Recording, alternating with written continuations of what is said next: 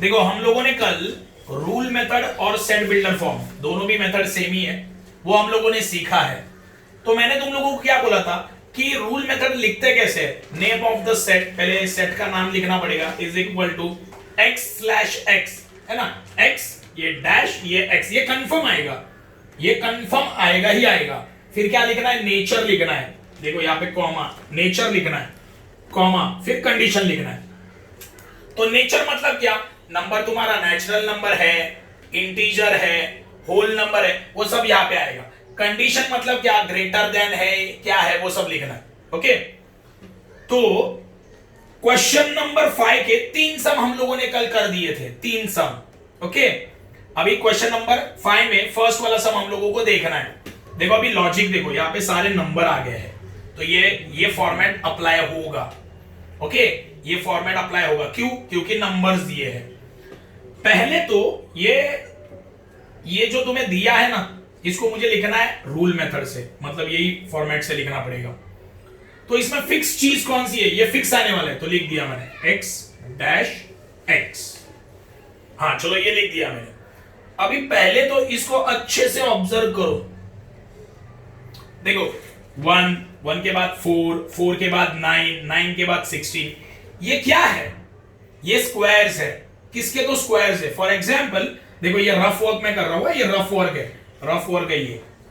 Okay, 1 का square कितना आता है 1, 2 का स्क्वायर कितना आता है 4, ओके, 3 का स्क्वायर कितना आता है 9, 4 का स्क्वायर कितना आता है 16। ओके, ऐसे करते करते 10 का स्क्वायर है ना, 10 का स्क्वायर कितना 100, है ना।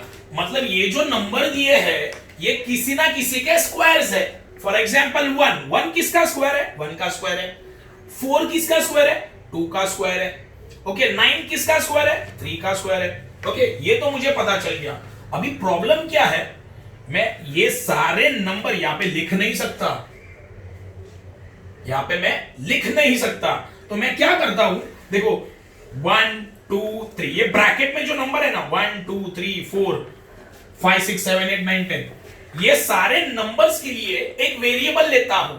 वो वेरिएबल लेता हूं मैं n, समझो n ले लिया, n। ओके, देखो ये नंबर बदली हो रहे हैं ना अंदर, 1 2 3 4 5 6 7 8 9 10, है ना, नंबर ये अंदर के चेंज हो रहे हैं। तो मैं यहां पे सारे नंबर नहीं लिख सकता ना, 1 2 3 4 5 6 7 8 9 10 नहीं लिख सकता मैं। ओके, तो ये जो अंदर के जो नंबर्स है उनके लिए मैं लिखता हूं एक ही वेरिएबल लिखता हूं, n लिखता हूं, n लिखा है, इज इक्वल टू n लिखा। ओके, देखो x is equal to what, n,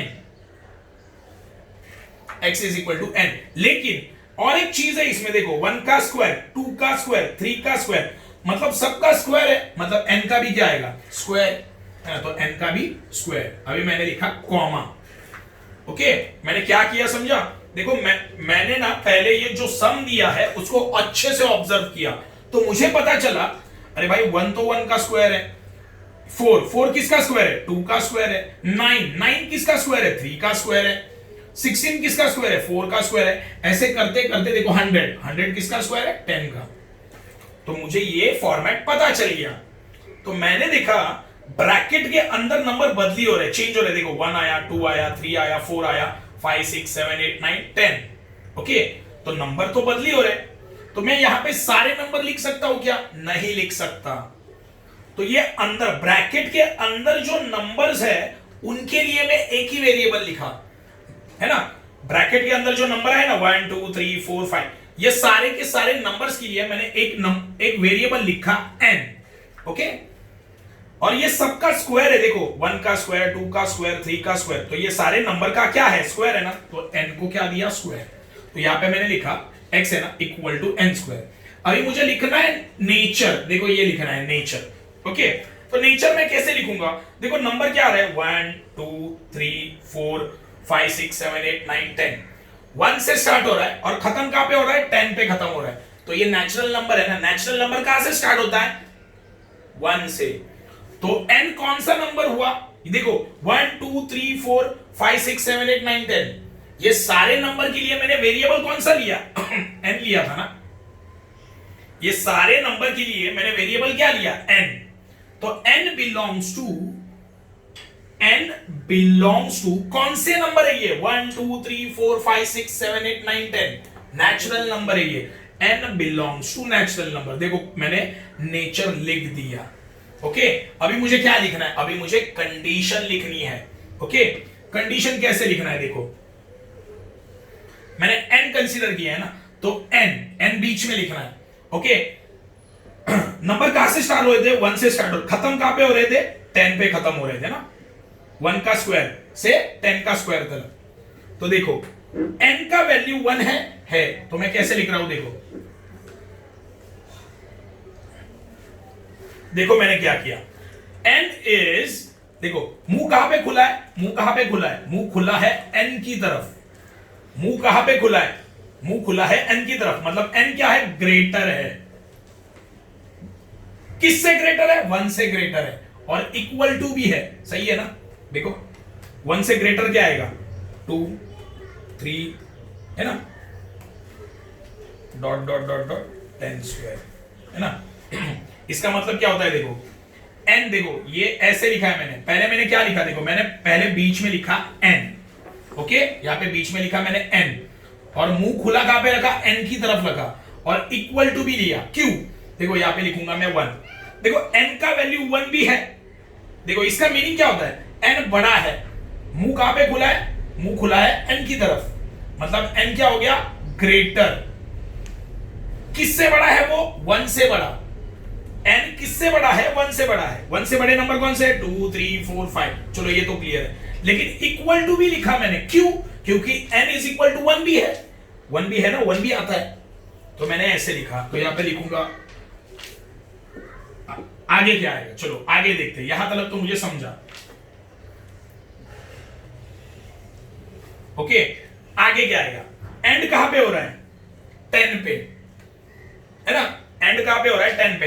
तो मैं ऐसे लिखता हूं लेस देन 11। लॉजिकली देखा जाए तो देखो ये वाला पढ़ते हैं अभी। मुंह कहां पे खुला है? मुंह खुला है 11 की तरफ, है ना। ये मुंह खुला है 11, मतलब 11 ग्रेटर है, और n क्या है? n स्मॉलर बन गया, है ना। ये वाला देख रहे हैं हम लोग। ये 11 बड़ा है तो n क्या बन गया? छोटा। तो 11 से छोटा नंबर कौन सा है? 10। सही है ना। इसका मतलब क्या होता है? n is greater. n क्या है? सॉरी, 11 क्या है? ग्रेटर है। किससे? n से। 11 ग्रेटर है किससे? n से। तो 11 से छोटा वाला नेचुरल नंबर कौन सा? 10 ना। मतलब क्या हुआ? देखो इसका 11 से छोटा वाला नेचुरल नंबर कौन सा? Natural number 10। तो यहां पे मैंने लिखा ऐसे। ये कंडीशन हो गया कंप्लीट, सम कंप्लीट हो गया। ओके, ध्यान दो, वापस एक बार देखते हैं। ये कंडीशन मेन है। देखो हमारा नंबर कहां से स्टार्ट हुआ था? 1 से, खत्म कहां पे हो रहा है? 10 पे। ओके, तो मैंने कंडीशन कैसे लिखा देखते हैं। देखो बीच में n लिखा, क्योंकि n ही मैंने कंसीडर किया है। ओके, तो n का वैल्यू देखो, n का वैल्यू 1 भी है और 1 से बड़े नंबर भी है। लॉजिक, n का जो वैल्यू है वो 1 भी आता है और 1 से बड़े नंबर भी आते हैं, 2 3 4 5। तो मैं ऐसे लिखूंगा ग्रेटर। n क्या है? ग्रेटर है किससे? 1 से।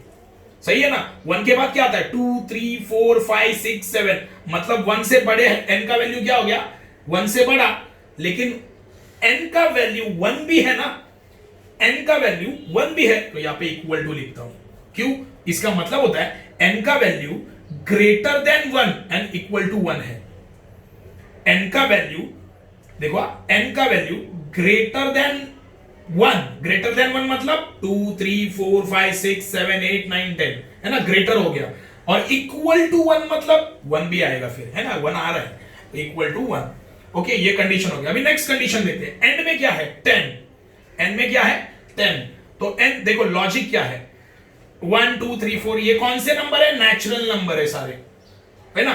तो मैं क्या करता हूं? 11 लिखता हूं, 11, और 11 बड़ा दिखा देता हूं। क्यों? अभी ये वाला कंडीशन समझ लेते हैं। देखो 11 ये ग्रेटर हो गया, n स्मॉलर बन गया। n क्या बन गया? स्मॉलर। ओके, तो 11 से छोटा वाला नेचुरल नंबर कौन है? 10 है ना। क्या बोला, समझा? 11 से छोटा वाला नेचुरल नंबर कौन है? 10। तो हो गया कंडीशन कंप्लीट। समझे? देखो ये n जो है, ये n, ये किससे छोटा है? 11 से छोटा है। n किससे छोटा है? 11 से, है ना? तो 11 से छोटा वाला नेचुरल नंबर कौन सा है? 10।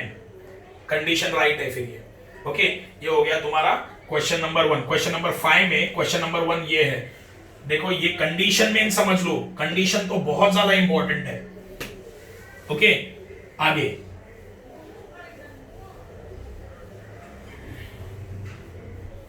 क्वेश्चन नंबर 2 इसमें b इज इक्वल टू क्या दिया? देखो 6, 12, 18, 24, 30, 36, 42, 48। ओके, तो यहां पे मैं लिखूंगा बी, आंसर लिखना है। ओके, तो कंफर्म चीज कौन से आने वाली है? x dash x। ओके, चलो ये समझ में आ गया। ओके, अभी नॉर्मली यहां पे ये नंबर्स को देखो, ठीक से देखो, 6, 12, 18, 24, 30, 36, 42। लॉजिकली सोचोगे तो ये 6 का टेबल है ना? मतलब क्या आ रहा है देखते हैं, रफ वर्क कर रहा हूं। देखो 6 इंटू 1 6, 6 इंटू 2 12, 6 इंटू 3 क्या आएगा? 18, 6 into 4 24, dot dot dot, 6 into 7 कितना आएगा? 42, एंड 6 इंटू 8 48। देखो लॉजिक क्या है, देखो ये सब में कांस्टेंट क्या? 6 6 6 6 6 6 6 6 तो आ रहा है, तो लिखा मैंने 6। देखो नंबर क्या चेंज हो रहा है? 1 2 3 4, ब्रैकेट वाले नंबर देखो, 1 2 3 4 5 6 7 8, है ना? ब्रैकेट के अंदर वाले नंबर चेंज हो रहे हैं, तो सारे के सारे तो नहीं लिख सकता ना मैं, 1 2 3 4 ऐसे लिख सकता हूं क्या? नहीं, ये सबके लिए, ये 1 2 3 4 5 6 7 8 के लिए एक वेरिएबल में लिखता हूं, वो वेरिएबल है समझो n, तो यहां पे लिखा मैंने n। ओके, देखो सब में कांस्टेंट क्या आ रहा है? सब में आ रहा है 6, देखो 6 आ रहा है, तो 6 लिखा। ओके, 6 लिखा मैंने। और ब्रैकेट में देखो क्या चेंज हो रहा है? नंबर चेंज हो रहा है, 1 2 3 4 5 6 7 8। तो ये सारे नंबर तो मैं यहां पे नहीं लिख सकता, तो ये सारे नंबर के लिए ये चेंज हो रहे हैं ना नंबर, इनके लिए मैंने लिखा n, लिखा n। Okay, comma. अभी मुझे लिखना है नेचर। देखो नंबर कहां से स्टार्ट हो रहा है? 1 से लेके 8 तक। देखो नेचुरल नंबर है ये। क्यों? नेचुरल नंबर कहां से स्टार्ट होते हैं? 1 2 3 4 5 6 7 8। तो n belongs to natural number, comma. देखो नेचर भी लिख दिया, अभी लिखना है कंडीशन। ओके, अभी ध्यान दो,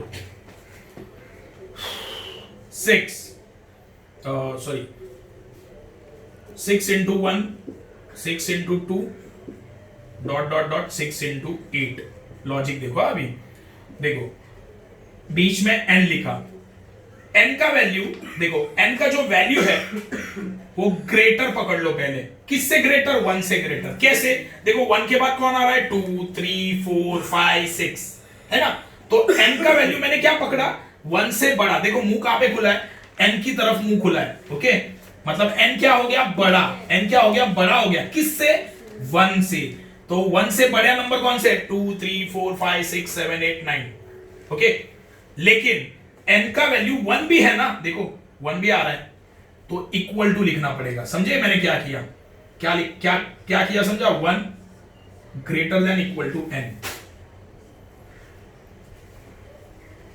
देखो मैंने क्या किया, देखो पहले ये समझते, शॉर्ट इजी। पहले देखो n का वैल्यू बड़ा है, किससे? 1 से। इसका मतलब क्या होता है? n का वैल्यू बड़ा है, किससे? 1 से। बड़ा ही है, 2 3 4 5 6 7 8, बड़ा तो है, लेकिन 1 भी आ रहा है ना यहाँ पे, तो इक्वल टू लिखना पड़ेगा। तो इसका मतलब बनता है n का वैल्यू इक्वल टू 1 भी है ना? n का वैल्यू इक्वल टू 1 भी है और उससे बड़ा भी है। मीनिंग समझा क्या हो रहा है? n का वैल्यू इक्वल टू क्या है? 1 है ना? 1 आता है, और बड़ा भी है, उसका वैल्यू बड़ा भी है ना, मतलब 2 3 4 5 6 7 8 आ रहा है। ओके, अभी एंड में क्या, कौन सा नंबर आता है? 8। एंड में कौन सा नंबर आ रहा है? 8 आ रहा है। तो ये नेचुरल नंबर है, तो मैं क्या करता हूं, n का वैल्यू छोटा है, किससे? 9 से। क्यों? देखो ना, क्यों? देखो सिंपल है, मुंह कहां पे खुला है? 9 की तरफ। तो 9 से छोटा वाला नेचुरल नंबर कौन सा? 8 ना। 9 से छोटा वाला नेचुरल नंबर कौन सा? 8। तो देखो n किससे छोटा है? 9 से। n का वैल्यू किस, ये वाला देख रहा हूं, n किससे छोटा है? 9 से। तो 9 से छोटा वाला नेचुरल नंबर कौन है? 8। तो ये राइट हो गया कंडीशन। तो ये 1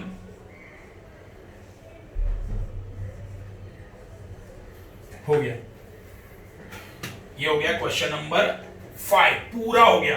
कल मैंने इसके 3 सम सिखाए थे और अभी 2 मैंने सम ये डिफिकल्ट वाले थे। ओके, तो ये कंप्लीट हो गया।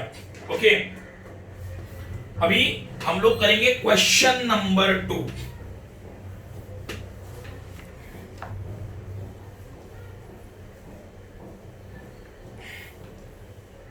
अभी हम लोग करेंगे क्वेश्चन 1.1 का क्वेश्चन नंबर 2 हम लोग करने वाले हैं। Okay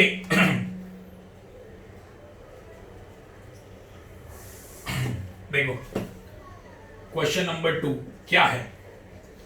right the following symbolic statements in words. Okay, तो पहला है 4/3 ऐसे दिया है।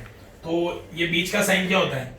ये बीच के साइन का 2 मीनिंग होता है, मतलब सेम बिलोंग्स टू या एलिमेंट ऑफ। ओके, तो लिख देखो, इसका पहला आंसर लिखता हूं, 4/3 is an element of Q, या ऐसे भी आ सकता है belongs to. Okay, B 4/3 belongs to Q। Okay, ये मैंने तुम लोगों को सिखाया था। ओके, नेक्स्ट है सेकंड, क्या है? -2। देखो ये बीच में जो E है उसके ऊपर स्लैश मारे, मतलब not an element of Q या नॉट बिलोंग्स टू। तो यहां पे लिखूंगा -2 is not an element of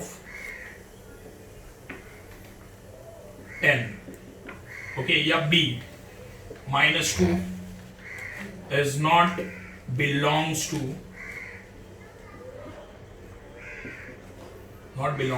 n। Okay, ये मैंने तुम लोगों को सिखाया था। ओके, ये हो गए उसके 2 सम। अभी उसमें तीसरा सम है, ये मैंने तुम लोगों को, ये जो तीसरा सम जो है ना, वो मैंने तुम लोगों को कल सिखाया था। क्या है? देखो 3, ये लिखा है P is equal to is an odd number। देखो इसको पढ़ना है तो क्या लिखूंगा? सेट P, पहले सेट का नाम सेट P, इसका मीनिंग क्या होता है? Is the set of all P। यहां पे अगर x होता तो यहां पे x लिखता। मैंने कल ये तुम लोगों को लिखा के दिया है। ओके, कैसे पढ़ना है? सेट P लिखा, ये नाम है सेट का, सेट P। ये P का मीनिंग क्या है? ये P का मीनिंग है is the set of all P। तो लिखूंगा is the set of all P। Okay, ये बीच के लाइन का मीनिंग क्या होता है? Such that. ये बीच का लाइन है, इसका मीनिंग है सच दैट। P कौन सा नंबर है? P is an odd number. जैसे कि जैसे लिख दो, P is an odd number. ये मैंने तुम लोगों को कल लिखना सिखाया है। ओके, देखो पहले क्या लिखेंगे? सेट का नाम, तो सेट P लिखा। ओके, ये P का मीनिंग क्या होता है? ये P का मीनिंग होता है is the set of all P। Okay, ये P का मीनिंग है is the set of all P।